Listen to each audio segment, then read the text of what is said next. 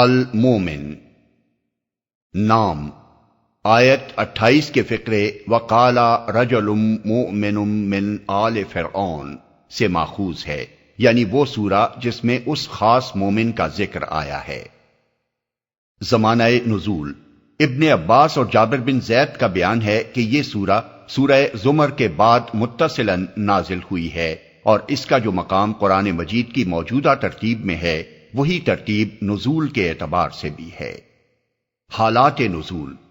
جن حالات میں یہ سورہ نازل ہوئی ہے ان کی طرف صاف اشارات اس کے مضمون میں موجود ہیں۔ کفار مکہ نے اس وقت نبی صلی اللہ علیہ وسلم کے خلاف دو طرح کی کارروائیاں شروع کر رکھی تھیں۔ ایک یہ کہ ہر طرف جھگڑے اور بحثیں چھیڑ کر، طرح طرح کے الٹے سیدھے سوالات اٹھا کر اور نت نئے الزامات لگا کر قرآن کی تعلیم اور اسلام کی دعوت اور خود نبی صلی اللہ علیہ وسلم کے بارے میں اتنے شبہات اور وسوسے لوگوں کے دلوں میں پیدا کر دیے جائیں کہ ان کو صاف کرتے کرتے آخر کار حضور اور اہل ایمان زچ ہو جائیں۔ دوسرے یہ کہ آپ کو قتل کر دینے کے لیے زمین ہموار کی جائے، چنانچہ اس غرض کے لیے وہ پہ ہم سازشیں کر رہے تھے، اور ایک مرتبہ تو عملاً انہوں نے اس کا اقدام بھی کر ڈالا۔ بخاری میں حضرت عبداللہ بن عمرو بن عاص کی روایت ہے کہ ایک روز نبی صلی اللہ علیہ وسلم حرم میں نماز پڑھ رہے تھے،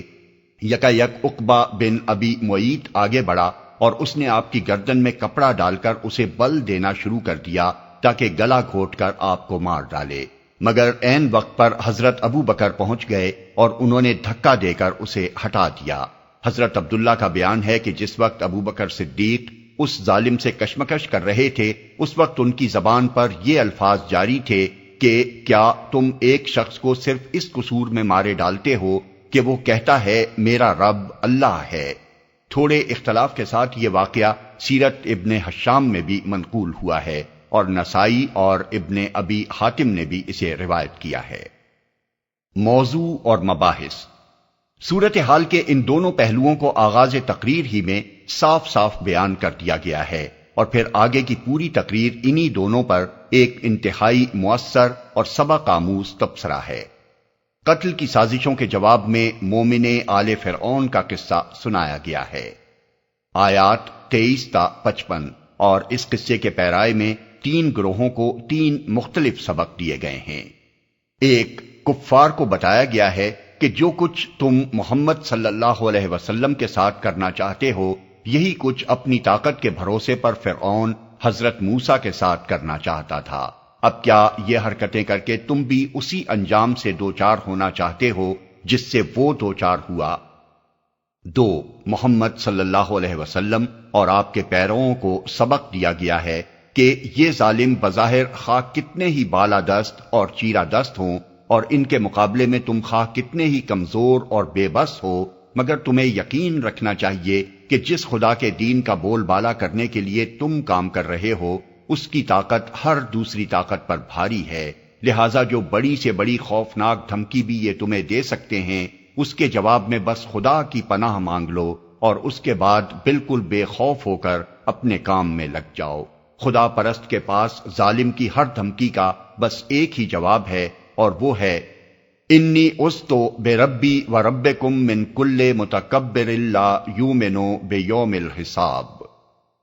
اس طرح خدا کے بھروسے پر خطرات سے بے پرواہ ہو کر کام کرو گے تو آخر کار اس کی نصرت آ کر رہے گی، اور آج کے فرعون بھی وہی کچھ دیکھ لیں گے جو کل کے فرعون دیکھ چکے ہیں۔ وہ وقت آنے تک ظلم و ستم کے جو طوفان بھی امڈ امڈ کر آئیں انہیں صبر کے ساتھ تمہیں برداشت کرنا ہی ہوگا۔ 3،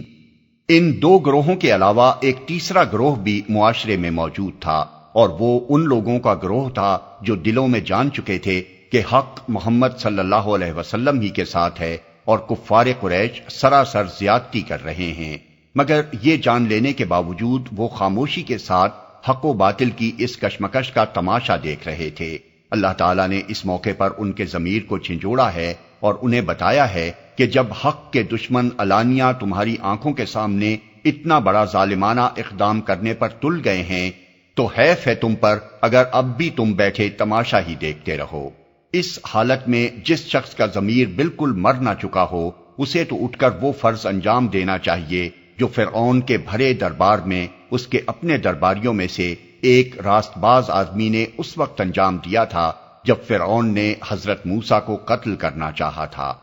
جو مصلحتیں تمہیں زبان کھولنے سے باز رکھ رہی ہیں، یہی مصلحتیں اس شخص کے آگے بھی راستہ روک کر کھڑی ہوئی تھیں، مگر اس نے افوض امری الی اللہ کہہ کر ان ساری مصلحتوں کو ٹھکرا دیا، اور اس کے بعد دیکھ لو کہ فرعون اس کا کچھ بھی نہ بگاڑ سکا۔ اب رہا کفار کا وہ مجادلہ جو حق کو نیچا دکھانے کے لیے مکہ معظمہ میں شب و روز جاری تھا، تو اس کے جواب میں ایک طرف دلائل سے توحید اور آخرت کے ان عقائد کا برحق ہونا ثابت کیا گیا ہے جو محمد صلی اللہ علیہ وسلم اور کفار کے درمیان اصل بنائے نزاع تھے، اور یہ حقیقت صاف کھول کر رکھ دی گئی ہے کہ یہ لوگ کسی علم اور کسی دلیل و حجت کے بغیر ان سچائیوں کے خلاف خواہ جھگڑ رہے ہیں۔ دوسری طرف ان اصل محرکات کو بے نقاب کیا گیا ہے جن کی بنا پر سرداران قریش اس قدر سرگرمی کے ساتھ نبی صلی اللہ علیہ وسلم کے خلاف برسر پیکار تھے۔ بظاہر انہوں نے یہ ڈھونگ رچا رکھا تھا کہ حضور کی تعلیم اور آپ کے دعوی نبوت پر انہیں حقیقی اعتراضات ہیں، جس کی وجہ سے وہ ان باتوں کو نہیں مان رہے ہیں، لیکن در حقیقت یہ ان کے لیے محض ایک جنگ اقتدار تھی۔ آیت 56 میں یہ بات کسی لاگ لپیٹ کے بغیر ان سے صاف کہہ دی گئی ہے کہ تمہارے انکار کی اصل وجہ وہ کبر ہے جو تمہارے دلوں میں بھرا ہوا ہے۔ تم سمجھتے ہو کہ اگر لوگ محمد صلی اللہ علیہ وسلم کی نبوت تسلیم کر لیں گے تو تمہاری بڑائی قائم نہ رہ سکے گی، اسی وجہ سے تم ان کو زک دینے کے لیے ایڑی چوٹی کا زور لگا رہے ہو۔ اسی سلسلے میں کفار کو پے در پے تنبیہات کی گئی ہیں کہ اگر اللہ کی آیات کے مقابلے میں مجادلہ کرنے سے باز نہ آؤ گے تو اسی انجام سے دوچار ہوگے جس سے پچھلی قومیں دوچار ہو چکی ہیں، اور اس سے بدتر انجام تمہارے لیے آخرت میں مقدر ہے۔ اس وقت تم پچھتاؤ گے، مگر اس وقت کا پچھتانا تمہارے لیے کچھ بھی نافع نہ ہوگا۔